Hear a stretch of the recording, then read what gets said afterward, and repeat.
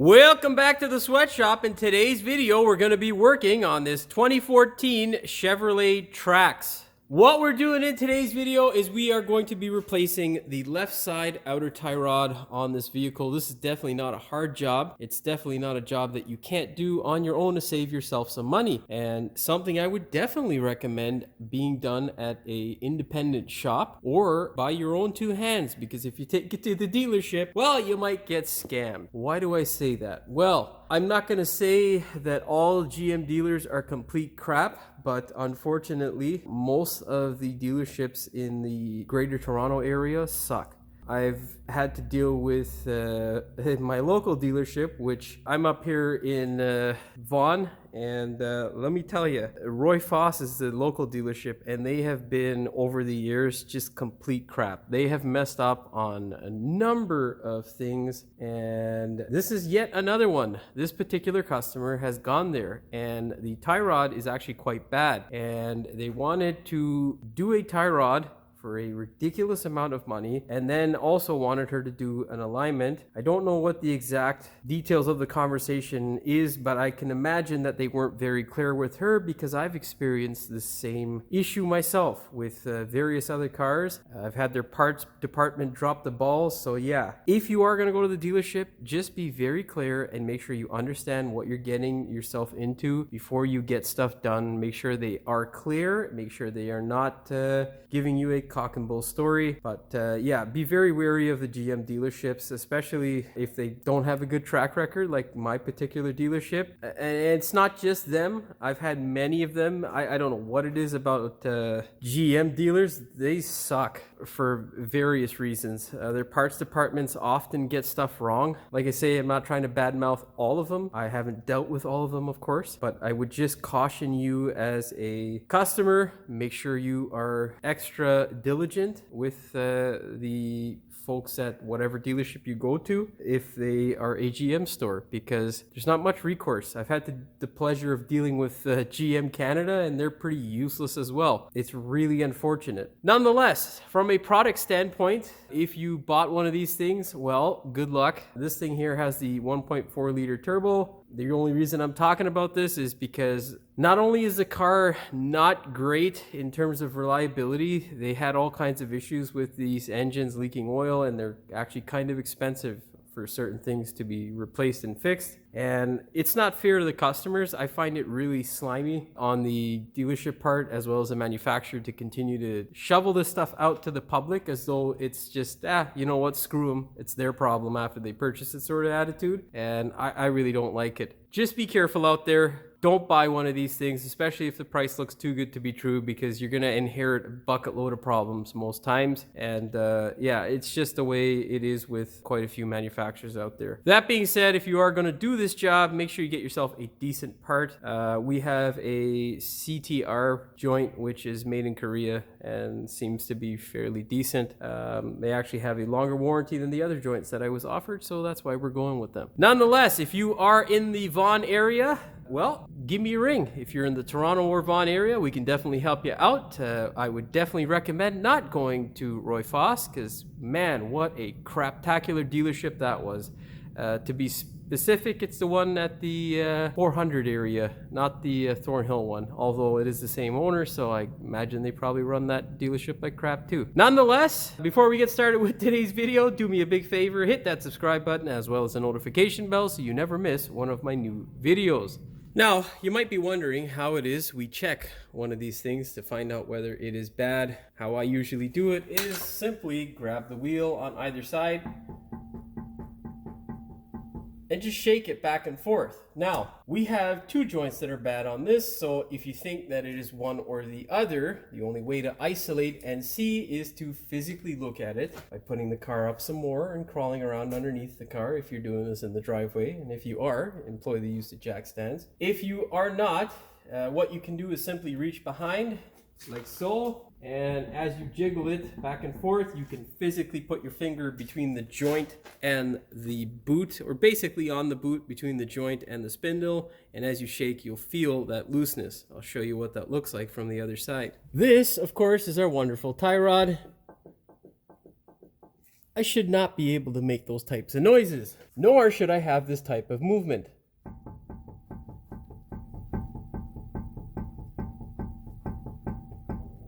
Nonetheless, this guy here is bad too. So I'm going to be showing you in another video how to take care of this wonderful bolt joint. GM, in its infinite wisdom, decided to, well, rivet stuff together because, well, quality wasn't really the thing. Serviceability wasn't the thing when they designed these vehicles. It was money, money, money. Anyhow, your next step, get a 19 mil, fire off that wheel.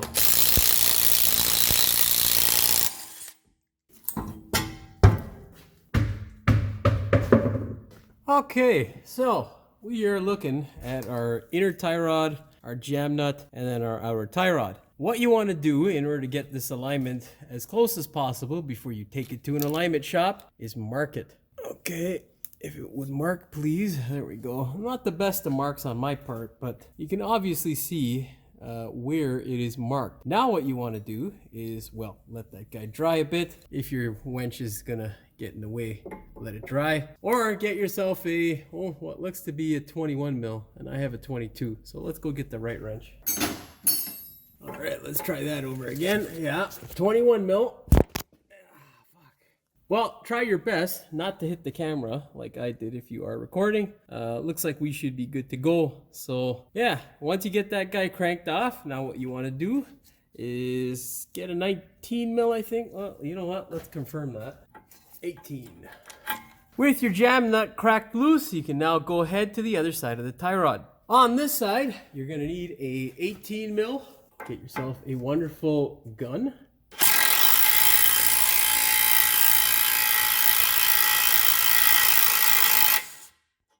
Now there are a few ways to separate a tie rod end.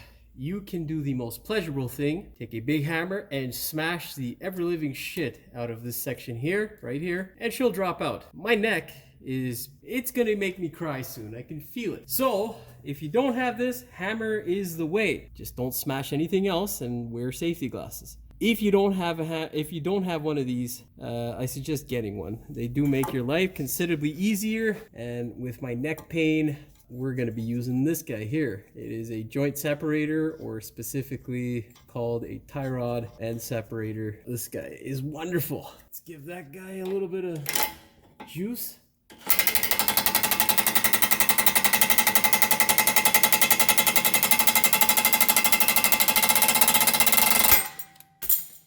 Now, other than hitting the camera, do you see how wonderful that was? How easy it was? Just spectacular. That's exactly what you want to happen. Now with the tie rod, you should be able to just twist it off like so. If it is rusted, they do have such a thing called a tie rod end socket, which makes life so much easier.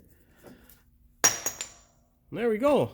Now, we're not going to leave it like that. We want it to stay rust free. So get yourself some anti-seize. You're going to douse this side here with anti-seize. Why? Because it makes your life easier in the future, and the future you will thank you from the past. Now, on the bench, very important, before you go ahead and try to install this stupid thing, make sure it is the same. It doesn't happen very often, but I have had tie rods and stuff that look the same, but, well, the threading portion on the inside's different, or some stupidness. It's like a few millimeters too long or something. What you want to do, line it up, and you're not looking to see across here. You're looking at the top kind of roughly. If it's close by, great. But what you're trying to look at and see is whether these two shafts are in the center or at the same relative height. If they are, wonderful. If they're not, you're going to need to do that alignment ASAP. Let's go ahead and throw this on the car. Go ahead, grab your brand new tie rod and thread it into place. Always do this by hand.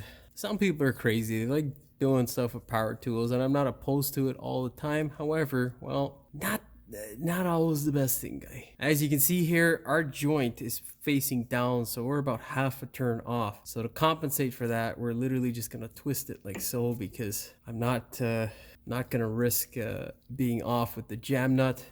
We'll leave that for the alignment specialist.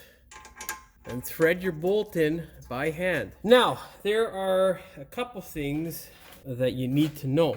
Essentially, This guy here is obviously free. You don't have any friction. So in order to tighten this thing down, you'll need to grab hold of the shaft because this guy here is a lock nut. Most joints like this are screwed in like this. You have a 8mm on the top here that holds the center portion captive, and I usually use a ratchet wrench if I choose to do this method. Most times what I usually do is I cheat. I'll put some pressure on the joint here with either a stand or something like that, and I'll blip the gun until this guy tightens up. Now sometimes you can't do that because it can be hazardous for your joint. You don't want to spin that center shaft at any real speed and heat up the plastic in here because, well, that's no good. So I'm going to show you the proper way. All right, there's a ratchet wrench. You can see there the top portion is spinning. Stupid design.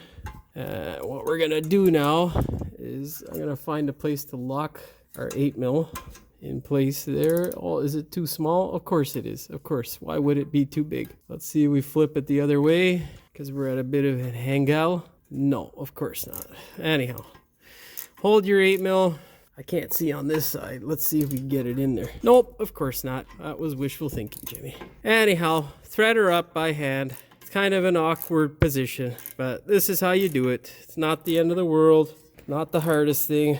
Of course it isn't that easy because, well, the camera's in the goddamn way. Mainly on like German cars and this sort of crap is where you have to do this stuff. I can't stand doing this. Personally, I love my Japanese stuff.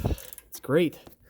Now you can't do the other way I was talking about. However, you just don't want to be too aggressive because you can damage the joint, and that's what you're mainly trying to stay away from. You also don't want the center of the joint there to rotate. Now you get to a point basically where when you rotate the big nut, the center shaft doesn't move. That's how you know it's time for your torque wrench. Want to hear more stupidity? Watch the ball joint video because we'll be telling you how it is a stupid manufacturer like GM has zero torque specifications for me. I've called 3 different dealerships and nobody seems to know what the fucking torque spec would be because, well, you know, we don't manufacture the piece of shit. We don't plan on you fucking repairing it. We gotta sell you a new piece of garbage, right? That's the fucking attitude from these idiot dealers. And I'm not talking about the people that I spoke to. I'm talking specifically about the culture at these piece of junk manufacturers who continue to build shit and give it to people. It's so fucking annoying. Grab your torque wrench, set it to 22 foot-pounds or 30 Newton meters.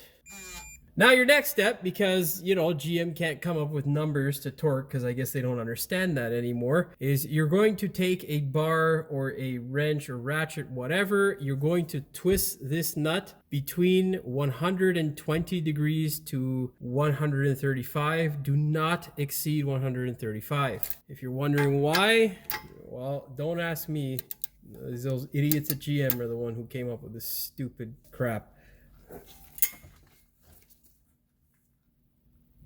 Okay, and that's 125 for us there, so we're good to go. All right, now, just before we go ahead and get rid of this junker, we're gonna go ahead and tighten up our jam nut. What you wanna do is just simply give her a little bit of pressure, and that should be more than enough. That's it. We are good to go as far as the tie rod goes. Luckily, I had torque specifications for that. I don't have any for a wonderful ball joint, but whatever. That'll be the next video's headache and complaint. Let's go ahead now. We'll put the wheel on and we'll torque this thing. Go ahead, thread your bolts up by hand. Don't ever do this with a gun initially because, well, that's what leads to headaches. Better known as issues that tissues just won't solve. Force your wheel into the hub. Grab your torque wrench, set it to 103 foot-pounds or 40 Newton meters. That's it. We're good to go. Well, that's all she wrote for this one. All you got to do now is take this thing for a test drive, make sure all is well. Make sure you take it for an alignment and that the wheel is straight after that alignment and you are good to go. Hopefully you found the video entertaining as well as insightful. If you did, please like, share, and subscribe. Don't forget to hit the notification bell so you never miss one of my new videos. And as always, thanks for watching. We will see you in the next one. Shovel this stuff. All right, let's try that over again. Yeah, 21 mil. Well, Try not to best. Try not to best. In the future. God damn it. Oh, this is gonna be hard to torque. Seriously, the fucking battery? Like this fucking torque wrench says full, and when I torque it, it goes fucking battery. Cocksucker, whatever. Well, this is all fucking bloopers now, baby. Woo! Now, what you need to do, because they don't understand how to come up with an actual number, is set your torque wrench or a ratchet at the 90 degree or 0 degree section, and then you're gonna pull. What the fuck am I saying? I don't know what the fuck I'm saying. I'm just angry now. Cocksuckers. Oh, fucking hell. Stupid compressor. Better known as tissues. Oh, what the fuck did I just say? Well, that's all she wrote for this one. Hopefully you found the video entertaining. Oh, fuck. I'm so pissed off.